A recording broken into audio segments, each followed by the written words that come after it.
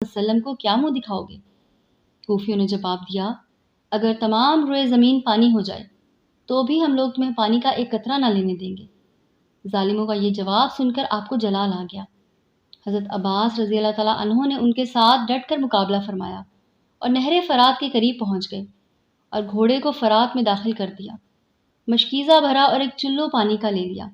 مگر ننھے ننھے بچوں کا پیاس سے تڑپنا اور بلکنا یاد آیا تو غیرت ایمانی نے گوارا نہ کیا کہ ساقیے کوثر کے دلارے اور علی اور فاطمہ کے جگر پارے پیاسے رہیں اور میں سیراب ہو جاؤں۔